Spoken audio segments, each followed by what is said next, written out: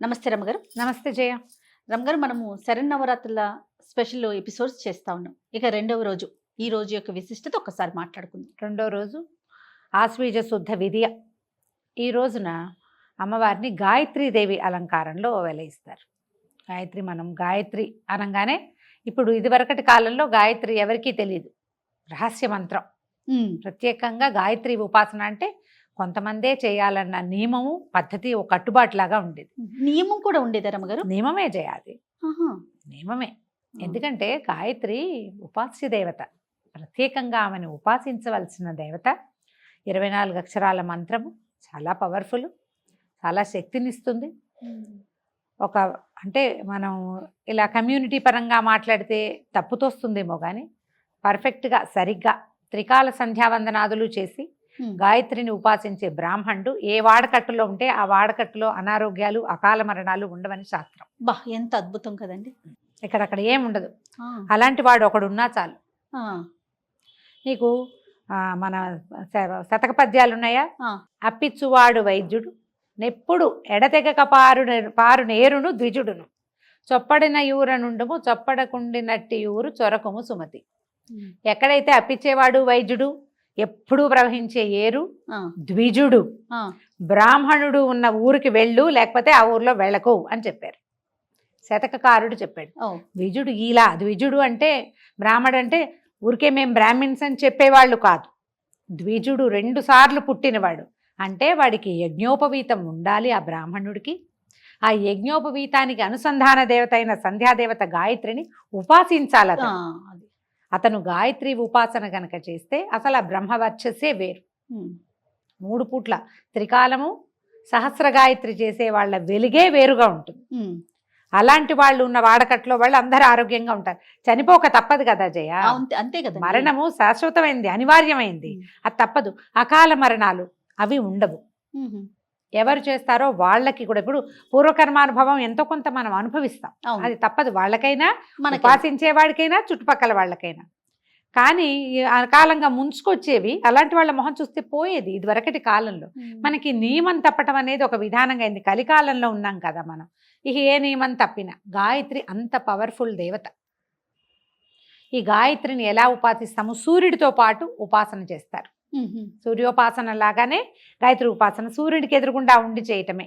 త్రికాలాల్లో చేయటం అంటే సూర్యోదయము, మధ్యాహ్నము, సూర్యుడు మధ్యం దిన మార్తాండుగా ఉన్నప్పుడు, సూర్యుడు అస్తమించే సమయంలోను, ఈ 3 కాలాల్లోనూ సూర్యుడికి అర్ఘ్యం ఇవ్వటము, గాయత్రి చెప్పుకోవటము, ఈ 2 అనుసంధానంగా ఉంటాయి, కలిసి ఉండేవన్నమాట.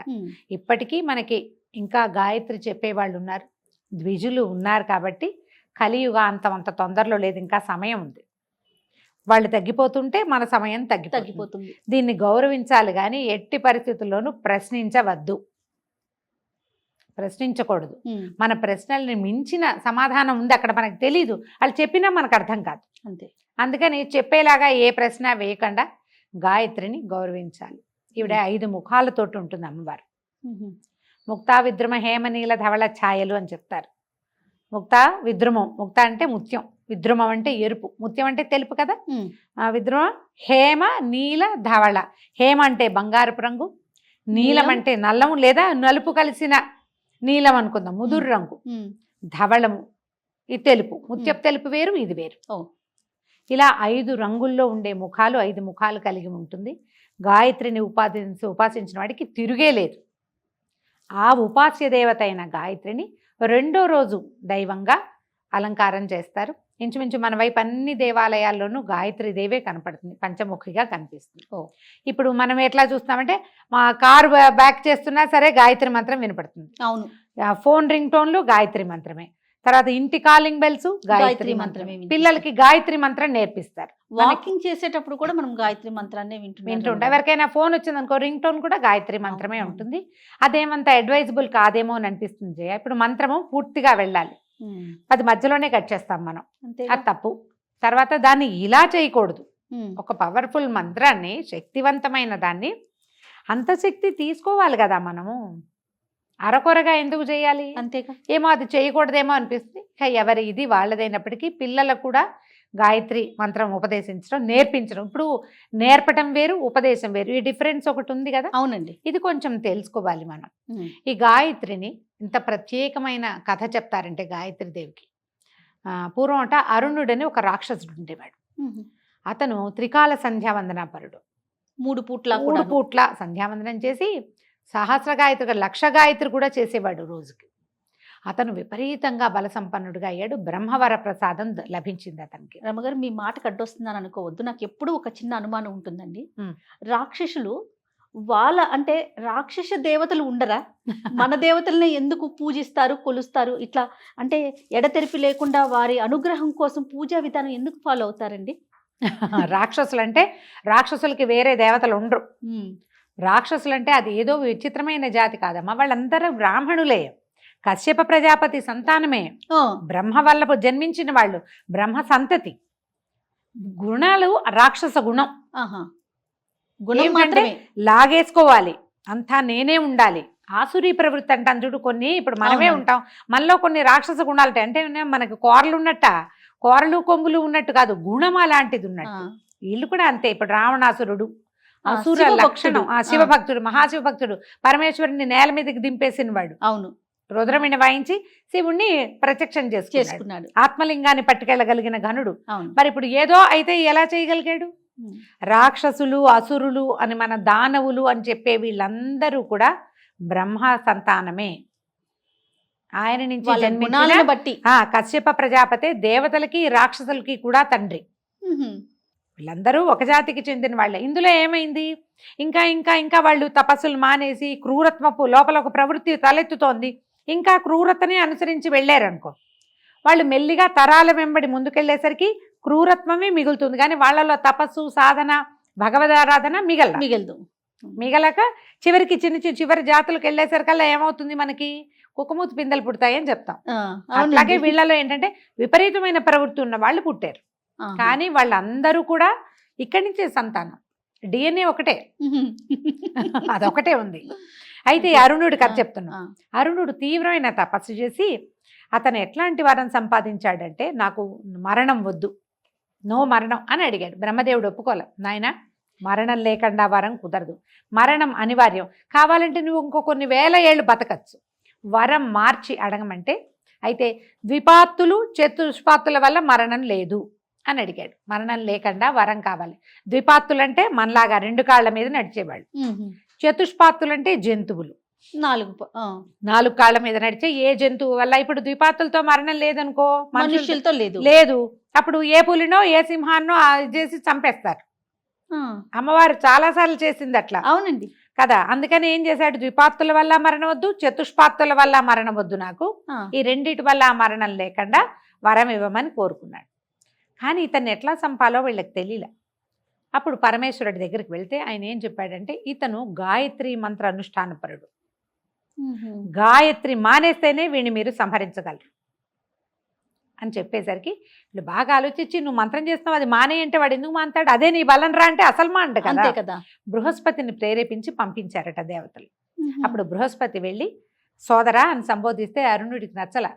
నేనేమో దేవతలకు శత్రువుని, త్రిలోకాలు ముల్లోకాలు నేను జయించి నా చేతిలో పెట్టుకున్నా, నువ్వేమో నా శత్రువుల గురువువి, నేనెట్లా నీకు సోదరుణ్ణి అవుతానంటే, అదేమిటి నాయన, నువ్వు గాయత్రి మంత్రానుష్ఠానపరుడి, నేను గాయత్రి మంత్రానుష్ఠానపరుడిని, ఒకే మంత్రాన్ని అనుసంధానం చేసేవాళ్ళు ఒక్కో గురువు దగ్గర చెప్పుకున్నట్టు. అంటే మనం ఏమయ్యాం? సహాధ్యాయులు, సోదరులు అవుతారు సహజంగా.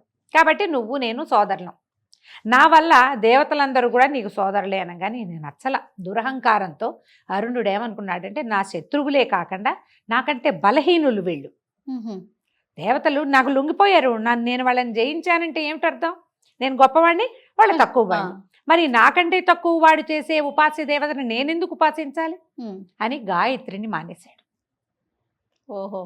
గాయత్రి ఎప్పుడైతే మానేడో బలహీనపడిపోయాడు. దేశంలో ధర్మం బలహీనపడ్డానికి గాయత్రి మానేయటమే కారణం. వ్యక్తి ఒకడి దగ్గర నుంచే బలహీనుడైపోయాడు. ముల్లోకాలు జయించిన వాడు ఒక్కసారిగా మరణానికి ఆసనుడైపోయాడంటే ఏమిటి అర్థం? గాయత్రితోటి మొత్తం పోయింది. పోయేసరికల్లా వీళ్ళు ఏం చేశారు? ఇప్పుడు అమ్మవారిని ప్రార్థించారు. ఇతనికి ద్విపాత్తుల వల్ల చతుష్పాత్తుల వల్ల మరణం లేదు, మేమందరం యుద్ధానికి వెళ్తాం ఇతన్ని ఎట్లా సంహరిస్తావో సంహరించు. అందరూ దేవతలు భూమోకమ్మడిగా ఇతని మీద పడ్డారు.